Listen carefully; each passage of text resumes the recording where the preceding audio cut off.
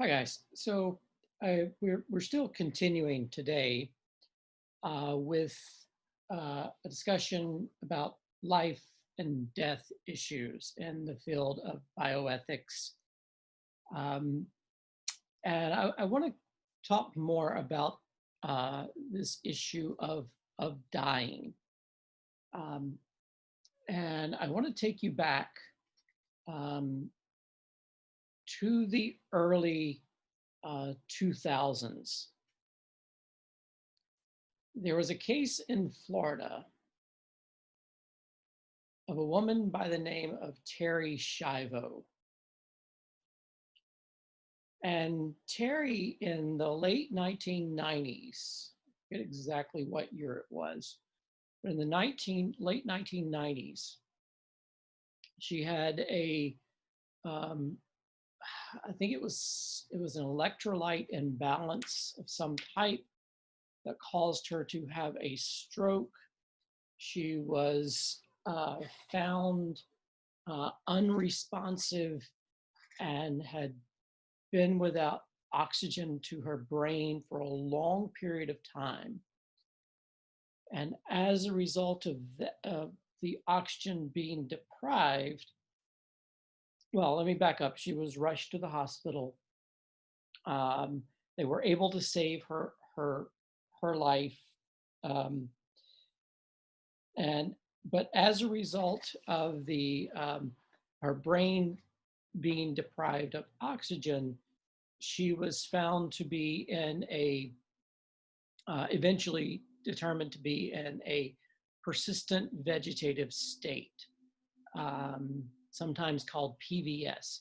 Don't get hung up on this term just yet. I'll give you some definitions in just a moment. Um, and through a series, I'm just marking something here for myself. Through through a period of time, they had given her physical therapy. They had given her every treatment they could conceive of to try to reverse her situation. And she had been in this situation, I believe it was for 4 or 5 years. When the doctors met with her husband and told him that there was nothing more that they could do. Now, in the meantime, Terry had been placed on a feeding and hydration tube. So there was actually a feeding and hydration tube that was placed in her stomach so that she was getting nutrition. And this was keeping her alive. Now, if I can help you try to understand, this is not a biology course by any means, or an anatomy course, but hopefully you do know that there are some functions that are involuntary with the body. So the brain is not actually working or conducting those functions. So for example, your stomach can still digest food, your heart can still pump, your lungs can still function. All of these are just involuntary muscles. They just do what they do, and they keep doing it until they give out or something else prevents them. Well, in Terry's case, she was still breathing on her own, not initially, but by this point, she was breathing on her own. Her heart was still pumping on its own. She could still digest, albeit she could not manually eat, but she could digest food, thus the feeding tube and the hydration tube. Her eyes appeared to be open, and she appeared to have some movement and facial expression. You'll see it in the clips that I'm going to show you. So at some point, her husband, having met with the doctor, and the doctor said, look, there's nothing more. She's not going to get any better. This is not going to improve. And so the husband made a decision to have her removed from, um, have the hydration and feeding tubes removed from Terry's body. Now, let me stop here and say this is rather routine. Okay, don't let anyone fool you into thinking this is extraordinary or this is something that rarely happens. No, this is very routine to have a feeding and hydration tube removed. And I know from my time working in the hospital, doctors would very often say it's quite humane because at a certain point after the food and water is removed, the body goes into a type of shutdown and pain is not an issue. Hunger is not even an issue.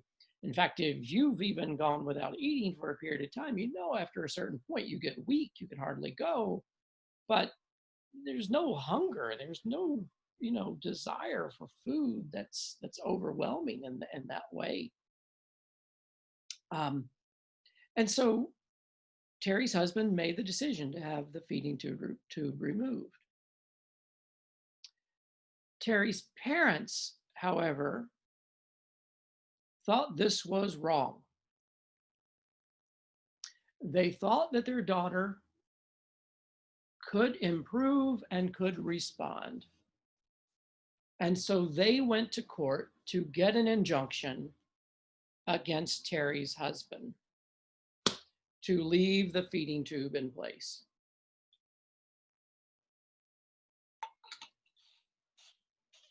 This went back and forth in the courts for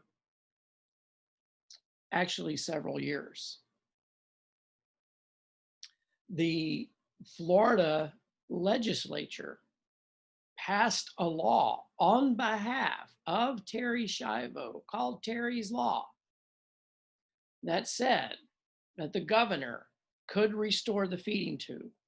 The governor, Jeb Bush, restored the had the feeding tube restored.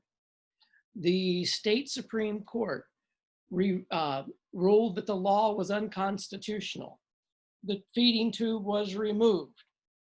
The United States Congress picked up the case and began to argue for, some began to argue for Terry and to have the feeding tube restored on her behalf. I believe I could be proven wrong by this. I could. But I believe this is the only time in the history of the United States, where the United States Congress actually considered a law on behalf of one person.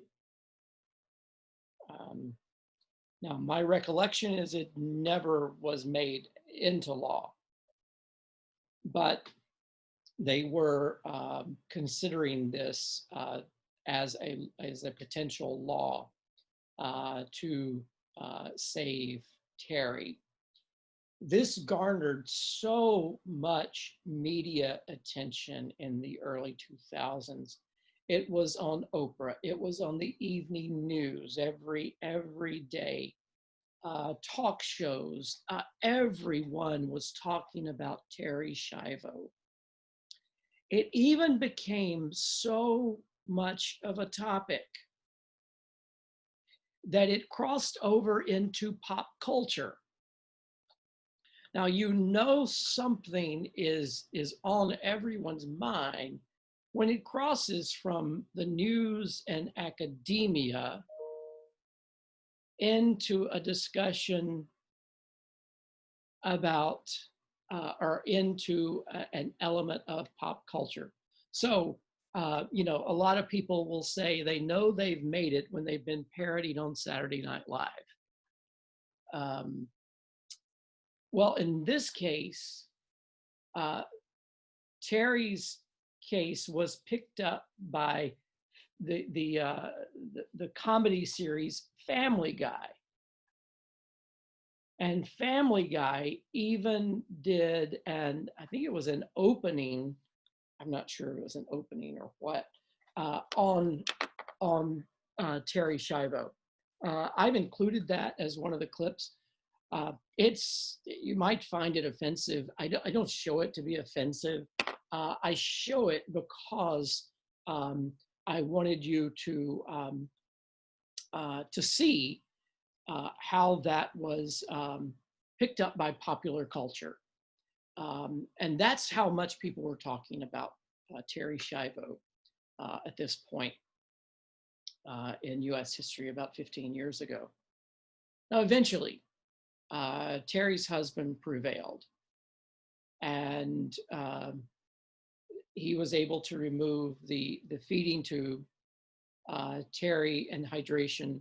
Terry was eventually able to die. But the problem came about when people were misunderstanding some common, or they had misunderstanding about some key terms regarding consciousness or unconsciousness. And that's important for you to know. And so I'm going to give you these terms so that as I talk about this, you will have the correct terminology to speak of these things. So the first one that I want to tell you, term that I want to give you is brain death. Brain death. Brain dead patients are no longer alive. They've suffered an irreversible cessation of all activity in both the brain, so the function here, and the brain stem. Reflexes that go through this spinal cord may persist in a brain dead patient. But any function in the brain, these are the higher functioning in the cerebrum, I'm trying to think of other areas of the brain, the different lobes, the hemispheres, even the brain stem, so back here. But there can be some reactions, things that don't depend on the higher functions of the brain, but just go to the spinal cord. Basically, we know that the spinal cord sends out some electrical impulses to organs and things like that. So in that sense, there is no brain function. You hook them up to an was it EEG or EEG, you're not going to see any activity in the brain. That's brain death. In a brain dead patient, they will often be kept alive on a kind of heart-lung machine. So they might be intubated so that their lungs keep pumping, or something to keep their heart pumping, to keep those organs functional. Because very often, doctors will approach the family, especially if it was a generally young, healthy person, about being organ donors. So the doctor might come to someone and say, your brother, your sister, your mom, your dad is brain dead. Um, there's nothing that can be done. There is no activity in the brain whatsoever. They'll give you some time to process that, and they'll say, by the way, can we have their heart, their lungs, their liver, all the good stuff? Will you donate that? There is no returning to life from brain death. If you've heard stories about that, doctors will tell you that it was a misdiagnosis because there is no returning to life from brain death. And sometimes people get the terms confused. Brain death should really be determined by a neurologist, not just by, the family doctor. It really should be someone who is devoted to the brain to make that call, that determination. So that's brain death. Now, a second term that you will often hear is vegetative state. Vegetative state, or sometimes persistent vegetative state. It's really kind of an offensive term to call someone a vegetable. Well, really, you're not calling them a vegetable. You're saying they're in a state like a vegetable. Patients in a vegetative state are alive, but also have severely impaired consciousness. Although their eyes may be open, and their eyes might move about, the eye opening, it doesn't mean that they're aware of anything around them. It might give the impression that they're conscious, but they are not. They don't acknowledge anything going on around them. They don't attend to your voice. So if you call them, they're not going to respond. It might look like they might have an involuntary movement. And so you might time it to call them just as they do their movement, but that is not attending to you. And if you say, follow my finger, they're not going to follow your finger. And so they can't do that. So they can't attend to your voice or track to objects. Their movements are purposeful, and they do not speak. And again, this is a situation from which people do not recover. Typically, what happens is once a person is in a vegetative state, they will persist in that until basically their body systems begin to give out. They get an infection, or in the case of Terry Schiavo, until someone removes the feeding tube and they die. They're allowed to die.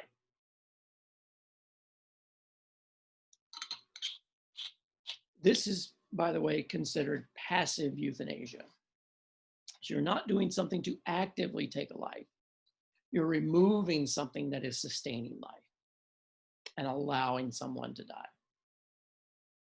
Now, another term that's tossed about and is sometimes misunderstood is coma.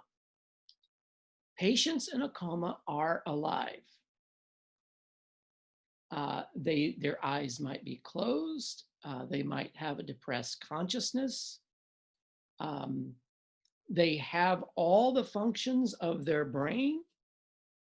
And as soon as the coma is reversed, they can potentially return to a normal life. But there are three possible outcomes of a coma. Recovery to consciousness, so that you return to complete consciousness. Evolution to a state of chronically depressed consciousness, such as a vegetative state, or a minimally conscious state. I'll say something about that in just a moment. So we know that doctors will sometimes place people in comas, a medically induced coma. I've been in one. I was in one for a long period of time. Um, I was dreaming. I was at times aware of things around me. Um, and they would reduce the sedation and put me back under. So that is not unusual to keep someone to induce a coma. But comas can be caused by medical emergencies. Um, Diabetes can cause a coma. Um, uh, Strokes can cause coma. There's so many things that can cause comas naturally, or they might be induced.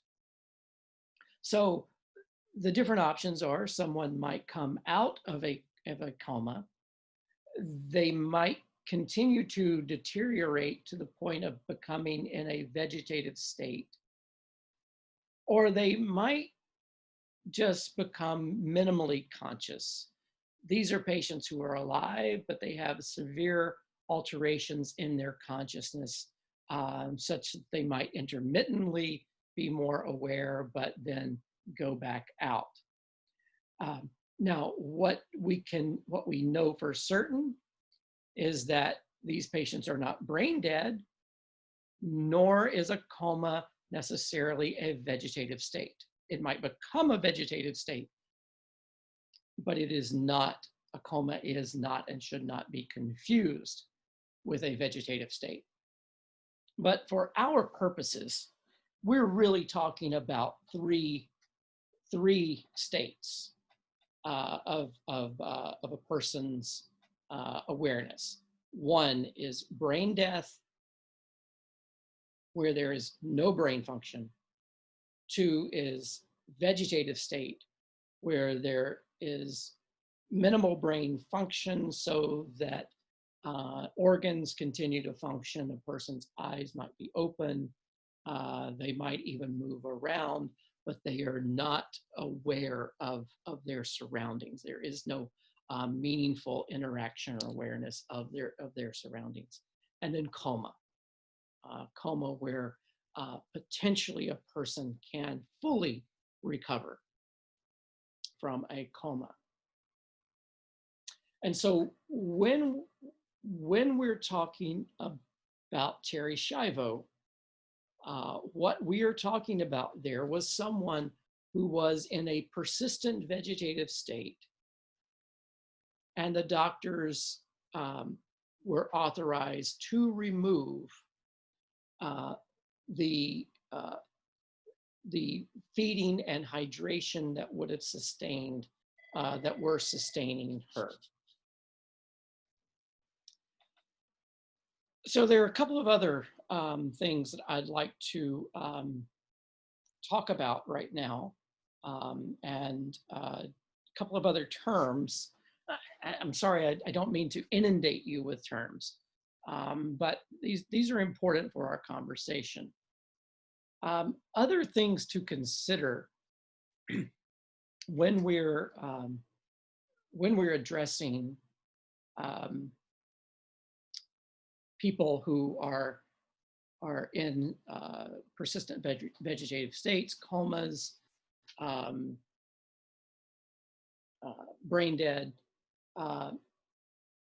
Just generally, when we're talking about making medical decisions. So some general terms to think about. One is competence. Competence. And competence would be defined as possessing the required skills, knowledge, qualifications, and capacity to make decisions.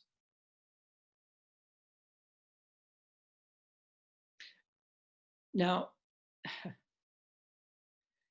it's funny, we would say someone on the one hand can be quite competent in lots of things,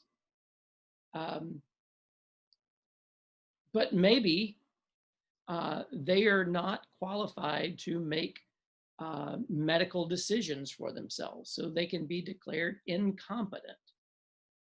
They don't have the skills, the knowledge, the qualifications, the capacity to make those determinations. Um, Curious, would you think someone who is drunk or somehow drugged, maybe they've taken some drug, do you think they're incompetent to make decisions for themselves, medically speaking? Technically, the answer is no. No, they're not incompetent to make decisions for themselves. Now, they might lack capacity at that moment, but they are not incompetent in that sense. So competence, when we're approaching any medical situation, we want to ask, is the person competent? Meaning, do they have the skills, the knowledge, the qualification, the capacity? Doesn't mean you have to be a doctor to make a medical decision. It just means, are you able to read? Are you able to comprehend? Most of the time, doctors should speak to us on like 6th or 7th grade levels, so that we understand. And if your doctor is not doing that, then you have every right to say, "Hey, what's up, doc?" Just sorry. So competent. Another term that's important is the right of self-determination. The right of self-determination. Now, last week, I talked a little bit about paternalism. Right of self-determination is basically that. You have the right to make those decisions about your own treatment, how you will be treated, what will be done to you, and for you. So the right of self-determination. We're essentially there, again, talking about patient autonomy. Patient autonomy there when we talk about the right of self-determination. Medical practitioners have a duty of beneficence. A duty of beneficence. That means a duty to do good. A duty to do good. The converse of that is a duty of non-maleficence. I think there was a Disney movie called Maleficent or something like that. I don't remember what the movie was really about. I don't know. I don't think I saw it. But beneficence and maleficence are mirror images of each other. Beneficence is the duty to do good. Non-maleficence is the duty to not do evil. So to do no harm. Do good, do no harm. They're taken together, but it is possible to do nothing so that you don't do harm. I remember one time when I was traveling up to Prince Edward Island, actually, and was going through northern Maine, and I came up on a motorcycle accident. I'm certified in first aid, all this, that, and the other. Worked in a hospital. I know enough to be dangerous. I was the first automobile there. I came up on it was a woman she'd fallen off. Her husband was there. She'd fallen off. They had an accident. I walked over. I looked at her. I knew if I took the helmet off, she was going to die. It was pretty clear to me that she was dying. And we were so far from anything that there was no way for an ambulance to get there in time to save her. So I was not a medical practitioner in that sense per se, but there was a duty not to do any more harm Um, Anyone has that duty. If you don't know something to do that will help, then at least do no harm. And then we have this word that keeps popping up. It was all throughout what we were talking about in the previous modules before we got to life and death, and that is justice. Justice. And justice in this sense, it doesn't mean retributive in that we're going to punish someone. However, it has to do with the fair distribution of resources. What resources might a person be entitled to in a particular situation? So what resources are they entitled to?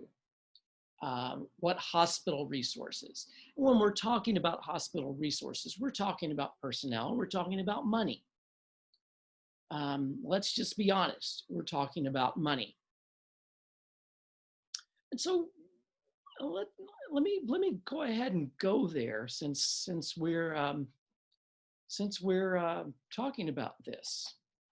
We've talked a great deal about the end of a person's life, and I know we've kind of gone there. And I showed you the clip of the woman who said she lived a good life. She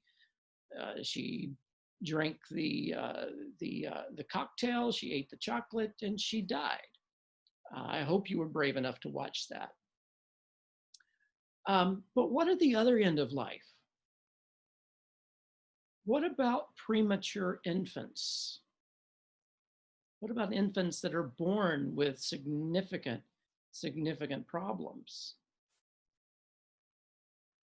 Do we have a duty? Do we have a responsibility to them? Come on, let's face it. It's not like the human race is going to depend on the preemies in a NICU right now, right? Let them all die. The human race is not going to depend on them. I know somebody will say, well, what about all, that could be a doctor. Yeah, but it could be a murderer. They could save 100 lives. They could kill 100 lives.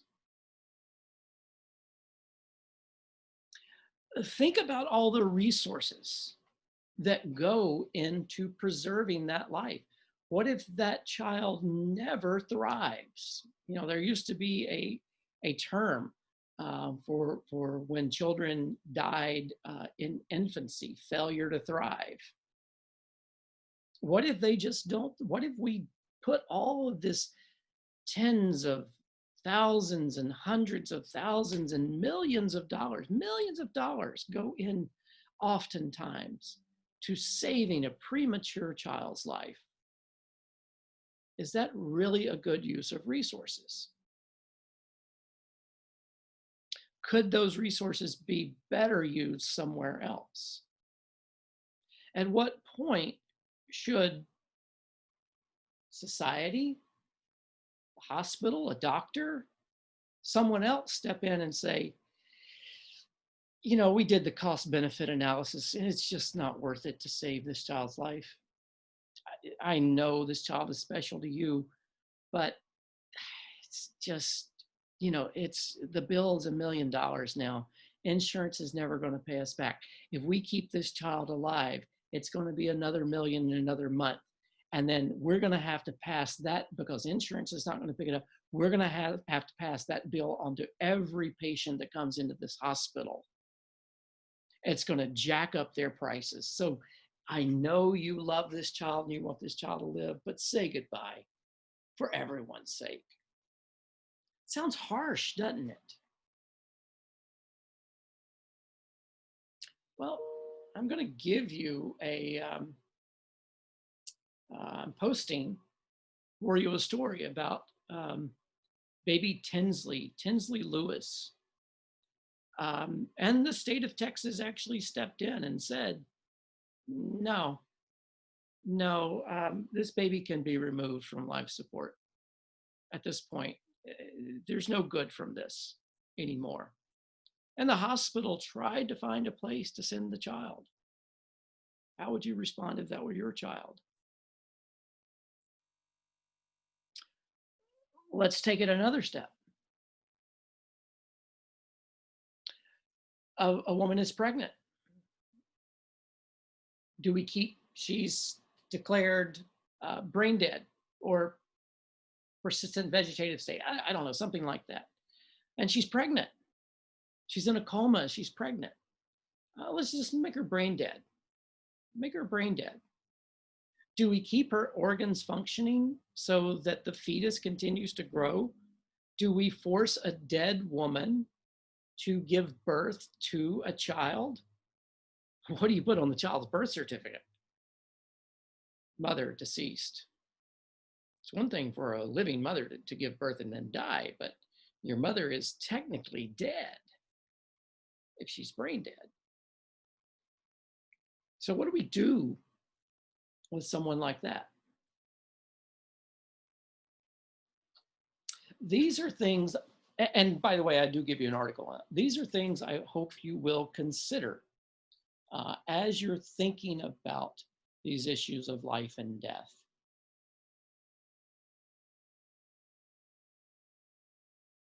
Finally, a question. Is there ever a duty to die? Is there ever a duty to die, or to encourage someone to die, or to let someone die? Is there ever a duty to do that? I think the way to begin is to ask that about your own self. Would you ever find it your duty to die? Use of family resources. I'm not just talking about if you feel like you're a burden. I mean actual use of resources.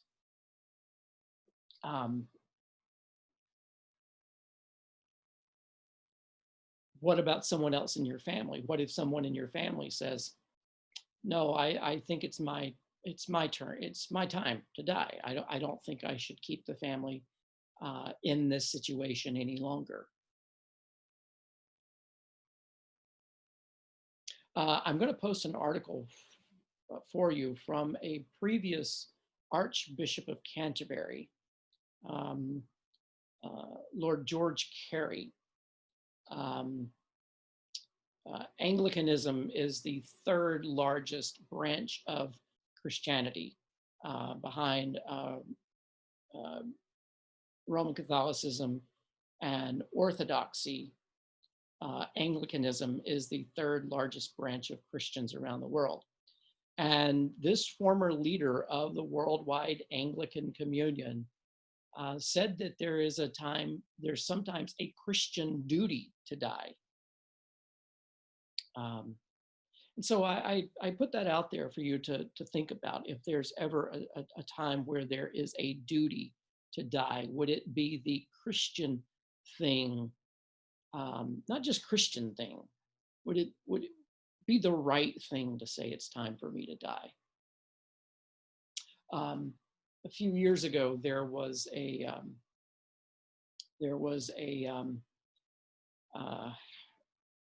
I forget who it was. I don't know if it was an ethicist or who it was. But he made a determination after the age of 75, he would no longer use medical resources. And so he signed a do not resuscitate order, and he had that with him at all times, wore a medical bracelet that said do not resuscitate. He refused to take any vaccines. You know, at 75, you've been vaccinated for everything anyway. But he thought at 75, if I contract, I'm not going to transmit something most likely. But if I contract something, I'm just going to let it take its course. Because basically through the dint of our own medical advances, people can live for many, many years. But he said at 75, I'm done. nothing else for me. Um, and so in that sense, he said there was a duty to die. Now, he wasn't going to take his life, but if something happened, he was not going to try to prolong his life. These are issues I hope you'll think about. Um, in fact, this last one will be a discussion question for this week. All right, guys, thank you very much. I hope you have a good day.